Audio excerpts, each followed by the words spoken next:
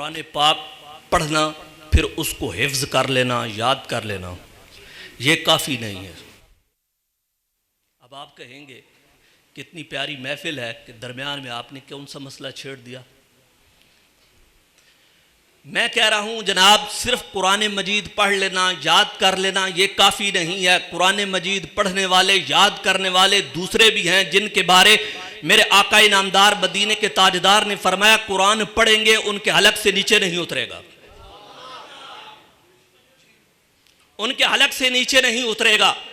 کئی ہمارے درمیان میں بھی ایسے لوگ موجود ہیں قرآن پڑھتے ہیں، میں یہ نہیں کہتا قرآن نہیں پڑھتے، قرآن پڑھتے ہیں، حفظ کرتے ہیں، اور پھر آگے ہمارے خطباء حضرات ایک حدیث بیان کرتے ہیں، کہتے ہیں کہ جس نے قرآن پڑھا اس قرآن کو پھر حفظ کیا، فرمایا کہ 7 پشتے بخشوا لے جائے گا۔ کہتے ہیں نا سارے؟ تو اتنے سارے علماء کی موجودگی میں ہاتھ باندھ کر اتنا میں آپ کے سامنے عرض کرتا ہوں جناب یہ حدیث کہاں ہے؟ 7 پشتے بخشوا لینے کی حدیث کہاں ہے؟ 7 پیڑیاں بخشی جائیں گی۔ بھولے حوالہ تو دے کہ یہ حدیث کہاں ہے؟ میں پڑھ کر بتاتا ہوں، حدیث ایسے نہیں ہے، حدیث ایسے ہے، من قرأ القرآن فاستظہرہ، جس نے قرآن پڑھا فاستظہرہ اور قرآن کو یاد کیا، فحل حلالہ وحرم حرامہ، جس نے پھر قرآن پڑھا اس قرآن کو یاد کیا پھر اس کے حلال کو حلال سمجھا، حرام کو حرام سمجھا، پھر وہ بندہ اس قابل ہے کہ وہ 10 بندوں کی جو ہے شفاعت کر کے انہیں جنت میں لے جائے گا۔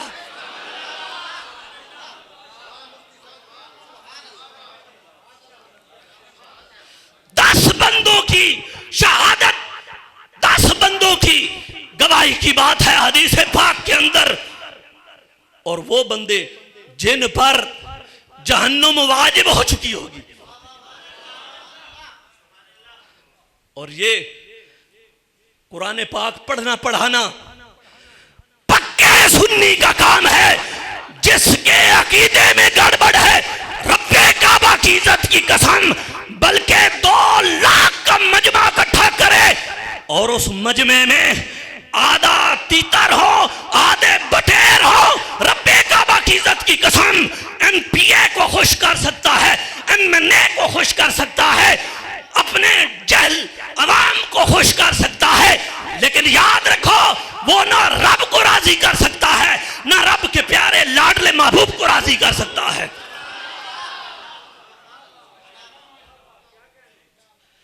چاہے کہیں کس دھرتی پر کیوں نہ ہو، ہمیں اعلیٰ حضرت کی فکر ہے، جو جس کے سینے میں عقیدہ اہل سنت ہے ہم اسی سے دوستی رکھتے ہیں اور اسی سے چلتے ہیں۔ وہ بندہ قید ہے 7 حدیث میں، اور میں دوسری حدیث بھی پڑھ کر آپ کو بتلا دوں، سنن ابو داؤد شریف کی یہ حدیث میں نے جو پڑھ کر آپ کو بتلائی، یہ حدیث جامع ترمذی کے اندر موجود ہے۔ کس کے؟ جامع ترمذی میں موجود ہے حدیث، اور یہ حدیث سنن ابو داؤد شریف میں، چہرے لٹکا کے نہیں بنے، حدیث بیان کر رہا ہوں، بلند آواز ڈالا کو سبحان اللہ۔ دائیں بائیں سے چاول کھانے والے وہ میری تقریر پہ کبھی سبحان اللہ نہیں کہیں گے۔ دائیں بائیں سے چاول کھانے والے حدیث پاک میں ہے، جس نے قرآن پڑھا قرآن کو یاد کیا پھر اس پر ایک قید اور بھی چھوڑ جاتے ہیں۔ حدیث سارے پڑھتے ہیں، ایک قید چھوڑ جاتے ہیں، وہ کون سی قید ہے؟ وہ قید یہ ہے جس نے قرآن پڑھا، جس نے قرآن یاد کیا اور قرآن پر عمل کیا۔ یہ فضیلت اس پر کیا ہے؟ اس پر عمل کیا۔ پورا سال گزر گیا، پورا سال گزر گیا، داڑھی چہرے پہ نہ آئی، امامہ سر پہ نہ سجا،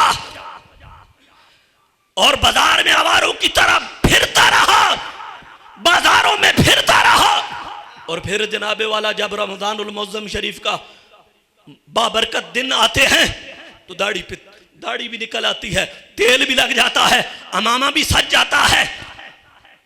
نہیں، اس حافظ قرآن کی بات ہو رہی ہے جو قرآن پڑھے، یاد کرے اور پھر عمل کرے. یہ حدیث پاک کے الفاظ ہیں. یہ سنن ابو داؤد شریف کی حدیث، سنن ابن ماجہ کے اندر بھی موجود ہیں یہ اس طرح کی روایات. آنکھوں سبحان اللہ. میں ایک دو مسئلے چھوٹے چھوٹے، آج کل آپ کو پتا ہے کہ مفتی صاحب تشریف فرما ہے، آپ کو پتا ہے قرآن مجید آج کل مارکیٹ میں آئی ہوئی ہے اور قرآن مجید کو چھوٹا کر کے بنایا گیا. پکڑو، جیب میں ڈالو. کیوں؟ کسی سے مسئلہ پہلے پوچھو. قرآن مجید کا حجم چھوٹا کرنا جائز نہیں ہے. قرآن پاک لاریب کتاب ہے، قرآن پاک عظمت والی کتاب ہے. قرآن پاک کا حجم چھوٹا کرنا بولے جائز نہیں. چھوٹا حجم جائز نہیں، یہ مکروہ ہے، لہذا اس چیز سے بھی بچے. دوسری چیز، قرآن مسجد کے اندر الماریاں بنی ہوئی ہوتی ہیں، الماریوں میں دیگر کتب بھی آ کر رکھ جاتے ہیں. دیگر کتب مثال کے طور پر کوئی تفہیم القرآن رکھ جاتا ہے، کوئی معارف القرآن رکھ جاتا ہے. بالکل اپنی مسجد کی الماریوں میں اس طرح کے تراجم اور تفسیر نہ رکھنے دی جائے. لوگ آتے ہیں، لوگوں کو کیا پتا، وہ تو جمعے میں عین ٹائم پہ آتے ہیں، انہوں نے تو نہ عقیدہ سننا ہے نہ سنانا ہے، انہوں نے تو اپنی رشتہ داریاں پالنی ہیں، انہوں نے تو اپنے دوست ناتے یارے ان کو برقرار رکھنا ہے. وہ کیا کریں گے؟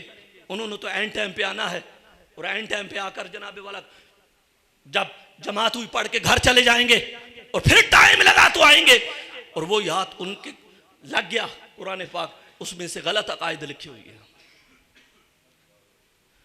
میں الحمدللہ، میں یہاں پر بات لمبی ہو جائے گی، صرف ایک بات، سعودیہ کے خلاف کوئی بندہ بولے تو عوام گل پڑتی ہے، گریبان سے پکڑ کر گھسیٹ کر باہر پھینکتے ہیں. تو نے سعودی عرب کے بارے میں بات کی ہے، رب کعبہ کی عزت کی قسم ہم نے بڑا وقت گزارا، 8 سال ہو گئے ہیں محلہ ڈھوک فیروز میں.